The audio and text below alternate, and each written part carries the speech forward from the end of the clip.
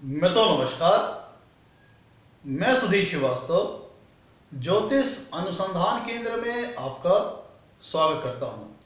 मित्रों, आप लोगों ने मेरे चैनल को अगर अभी तक सब्सक्राइब नहीं किया है तो जल्द सब्सक्राइब करें ताकि मेरे आने वाले नए एपिसोड और वीडियोस की सबसे पहले आपको जानकारी मिल पाए। मित्रों, ज्योतिषीय परिचर्चा में आज हम बात करेंगे हमारे जो कैलेंडर्स होते हैं, इसमें आपने हर जगह हर तिथि पे आपने एक दो चीजें मेंशन देखी होंगी। या तो वो तिथि कृष्ण पक्ष की होगी या वो तिथि शुक्ल पक्ष की होगी। तो ये कृष्ण पक्ष और शुक्ल पक्ष क्या होता है, आज हमारी चर्चा का विषय यही रहेगा कि कृष्ण पक्ष और शुक्ल पक्ष क्या होता है और इसमें चंद्रमा कैसे प्रभावित होता है और चंद्रमा हमें किस तरह प्रभावित करता है, इस पर आज हम चर्चा करेंगे। मित्रों, जो हमारा महीना होता है, ये महीना 15-15 दिन के दो सेक्शन में डिवाइड होता है।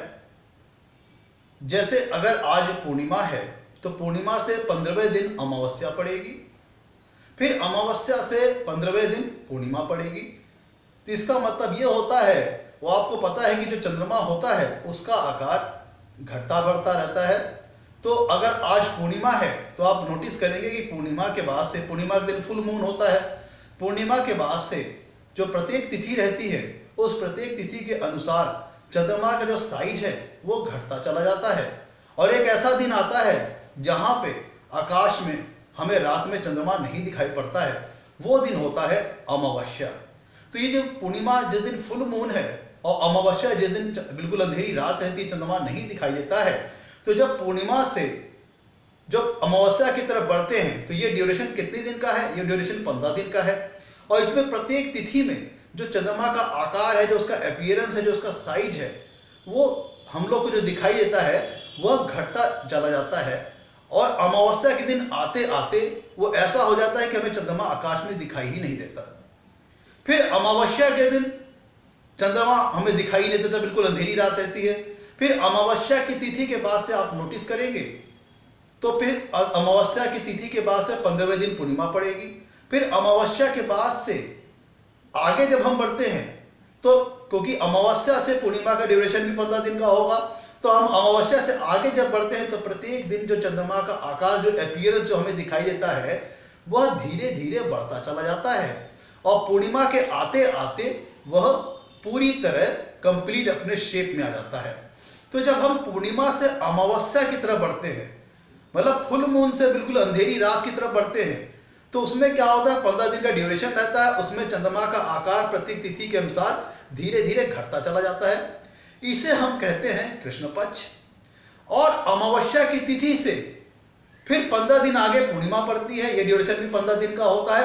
और अमावस्या से आगे जब प्रत्येक तिथि के दिन चंद्रमा का साइज अपीयरेंस जो हमें दिखाई देता है वो धीरे धीरे बढ़ता चला जाता है और पूर्णिमा तक आते आते फुल मून अपने शेप में आ जाता है। तो ये जो अमावस्या से जो पूर्णिमा तक की अवधि है जिसमें चंद्रमा का जो साइज अपीयरेंस है वो धीरे धीरे बढ़ता चला जाता है, इसको हम कहते हैं शुक्ल पक्ष।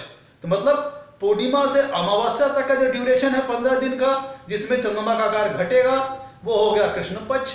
और अमावस्या से पूर्णिमा तक वो भी ड्यूरेशन 15 दिन का है, लेकिन उसमें चंद्रमा का आकार जस्ट रिवर्स बढ़ता चला जाता है, पूर्णिमा आते आते आते फुल मून हो जाता है, तो वो होता है शुक्ल पक्ष। अब यहाँ पे हम चंद्रमा की शुभता को बात करते हैं। चंद्रमा ज्योतिष शास्त्र में इसलिए महत्वपूर्ण है क्योंकि चंद्रमा को ज्योतिष शास्त्र में मन का कारक कहा गया है। किसी भी व्यक्ति की मानसिक शक्ति, किसी व्यक्ति का मनोबल, किसी व्यक्ति का आत्मविश्वास का स्तर, किसी व्यक्ति का कॉन्फिडेंस लेवल कितना है, यह उसकी कुंडली में जो चंद्रमा की स्थिति है उससे निर्धारित होता है। तो मित्रों, जो चंद्रमा की जो पावर, जो चंद्रमा की जो इंटेंसिटी बताई गई है, जो चंद्रमा को प्रभावशाली बताया गया है, जो कहा गया है कि जो चंद्रमा पावर में रहता है, मतलब शुक्ल पक्ष की सप्तमी तिथि से कृष्ण पक्ष की अष्टमी तिथि तक चंद्रमा प्रभावशाली रहता है, बलवान रहता है, इसके पास फुल पावर रहती है, अपना आपको फल दे सकता है। क्योंकि आप नोटिस करेंगे कि चंद्रमा जब अमावस्या से पूर्णिमा की तरफ बढ़ता है तो बहुत छोटे आकार से धीरे धीरे धीरे बढ़ता बढ़ता बड़ा होता चला जाता है। और यहाँ पे हम जो ये चंद्रमा का प्रभाव, चंद्रमा का जो बल देखेंगे, पक्ष बल देखेंगे, वह ये देखेंगे उसके साइज से। अब होता क्या है कि अमावस्या से जब पूर्णिमा की तरफ चंद्रमा बढ़ता है तो बढ़ता हुआ आकार रहता है, लेकिन शुरुआत में तो वो छोटा ही रहता है ना। तो इसीलिए जो हम उसको चंद्रमा के जो प्रभाव का जो वैल्यू है उसको हम तब से कंसीडर करते हैं जब शुक्ल पक्ष की सप्तमी की तिथि से चंद्रमा प्रभावशाली होने लगता है, पक्ष बल उसके पास आने लगता है। फिर उसी बात धीरे धीरे बढ़ता बढ़ता पूर्णिमा आ जाता है। फिर पूर्णिमा के बाद से फिर चंद्रमा का आकार जो अपीयरेंस है वो घटना शुरू होता है, अमावस्या की तरफ वो बढ़ता है धीरे धीरे।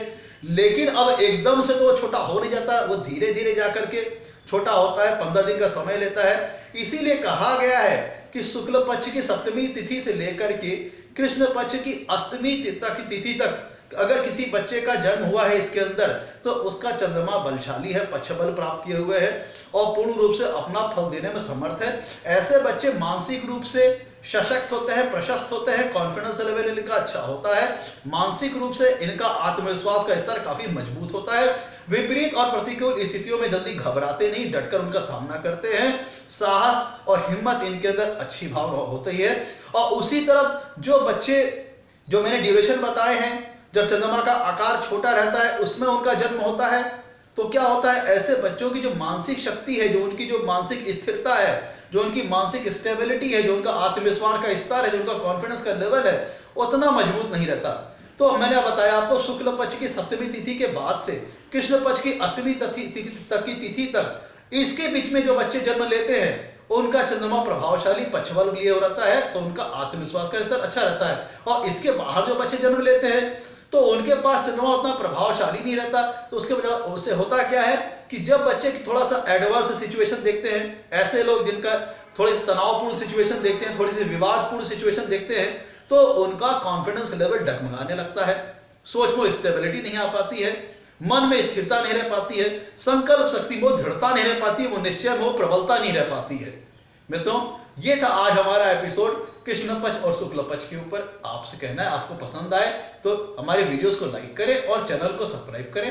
आपके लाइक्स और सब्सक्रिप्शन हमें मोटिवेशन प्रदान करते हैं, हमें प्रोत्साहित करते हैं, उत्साहित करते हैं, ताकि हम और अच्छे वीडियो ला करके आपके सामने बना करके आपके सामने प्रस्तुत कर सके।